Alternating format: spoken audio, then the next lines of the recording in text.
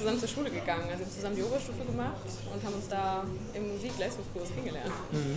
Ja, und schon in der Schule haben wir eigentlich gesagt, Mensch, irgendwann müssen wir ja mal Musik zusammen machen, weil eigentlich passt es doch am Ende ganz gut mit Gitarre und Gesang. Aber irgendwie haben wir das erst geschafft, als wir dann studiert haben.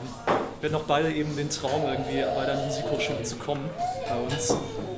Ja, und letztendlich haben wir es ein bisschen zeitversetzt geschafft. Ich bin ja erst ein Jahr später dazu gekommen. Ne? Das ergab sich halt daraus, dass wir einfach Spaß hatten zusammen zu spielen. Das war gar nicht so geplant. Am Anfang ist eigentlich schön, wenn das dann so natürlich wächst. Also wir haben aufgenommen In Darkness Let Me Dwell von John Dowland. Das ist ein sehr düsteres Stück. Ne? Das beschreibt so eine innere Grundstimmung, die doch sehr melancholisch ist, ein bisschen verzweifelt, und es geht eigentlich so um die Liebe zum Tod, so wie er sich dem Toten hingezogen fühlt. Was auch zu Dowlands Zeiten sehr in der Mode war, eben dieses Gefühl, dieses tiefe melancholische Gefühl, da man jetzt angefangen hat, mehr seine individuelle Persönlichkeit zu finden. Mehr seine individuelle Persönlichkeit zu finden, als quasi darauf zu vertrauen, dass eben das ganze Schicksal von Gott bestimmt ist. Und das hat tatsächlich zu einer ganz ordentlichen Portion Melancholie geführt. Und eben auch dieser Gedanke vom Tod, dass, okay, wir leben in diesem Leben voller düsterer Emotionen, die wir auch fühlen wollen. Aber letztendlich ist der Tod doch die Erlösung und der Ort, wo wir glücklich sein können. Und diese Todessehnsucht, die spürt man halt ganz stark in dem Dowland-Lied vor allen Dingen.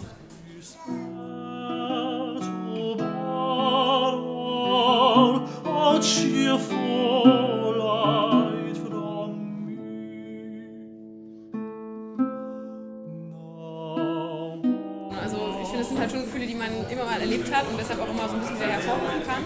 Also jeder hat sich ja mal so deprimiert gefühlt, dass er sich am liebsten irgendwie vielleicht nicht umbringen möchte, aber unter der Bettdecke verkrümmeln möchte und erstmal nicht mehr rauskommen möchte. Und von daher finde ich das eigentlich eine Stimmung, in die man sich gut... Also mir fällt es nicht so schwer, mich da rein zu versetzen wieder. Also, geht dir das auch so? Absolut. Da kann ich gar nichts mehr zu ergänzen. Okay. Diese melancholische Musik, wenn man selber schon etwas schlecht drauf ist, etwas depressiv, ein bisschen runtergeschlagen ist, dann bewirkt es nicht, dass man selber noch runtergeschlagener ist, sondern sie ist eine Stütze.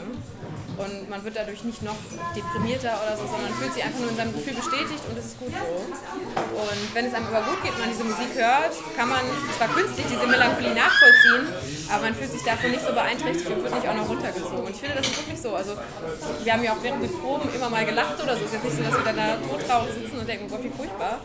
Sondern es ist schön, dass es solche Musik gibt und für manche Momente ist sie einfach super wichtig. Das geht mir auch genauso. Es gibt bei den Proben auch immer schöne Momente, wenn wir eben dieses Lied einmal durchspielen. Es ist wirklich erstmal danach so ein kurzen Moment Stille.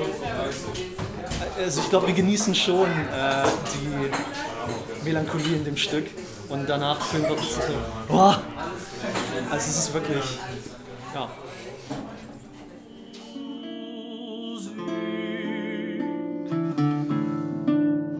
Herrlich.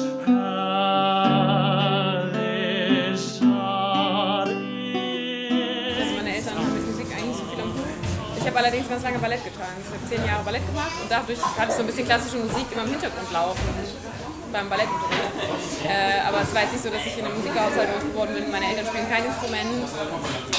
Ich wollte halt dann mal gerne Musik machen und habe dann eine Gitarre geschenkt bekommen. Aber mir war gar nicht bewusst, dass es sowas wie klassische Gitarre gibt. Also, ja klar, ich kannte wie Klaviermusik, klassische oder Orchesterwerke, aber dass es sowas wie klassische Gitarre gibt, war mir neu. Ich dachte, ich lerne jetzt Lagerfeuermusik. Und dann hatte meine Gitarrenlehrerin aber halt mit Klassik angefangen. Ich fand es toll. Dann bin ich da geblieben. Ich komme tatsächlich aus einer Musikerfamilie. Mein Vater sagt immer, ich bin im Bauch meiner Mutter, habe ich schon den Walkürenritt von Wagner gehört.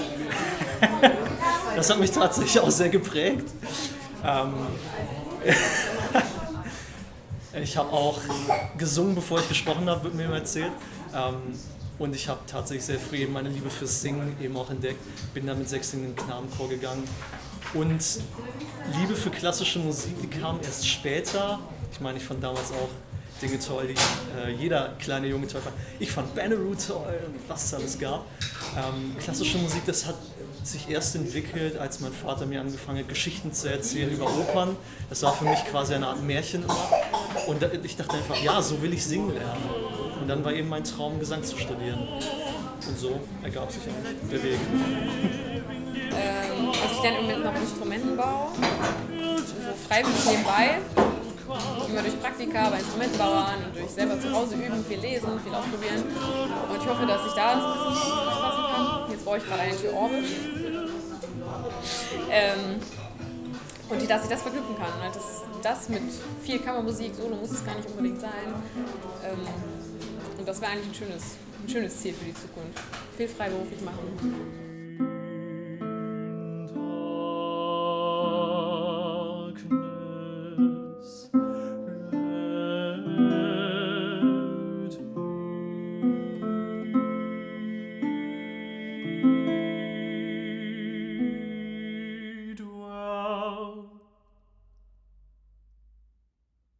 Also ich glaube, wir sind beide ganz harmoniebedürftig.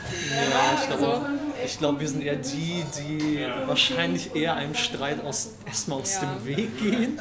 Aber man muss auch dazu sagen, so lange spielen wir ja auch noch nicht zusammen. Bisher gab es die Situation noch nicht. Ja, wir sind, wie gesagt, sehr harmoniebedürftig und eigentlich auch immer ganz locker mit was wir können, was wir nicht können. Genau, wenn man ehrlich miteinander umgeht und Verständnis miteinander hat, dann kriegt man das auch so hin.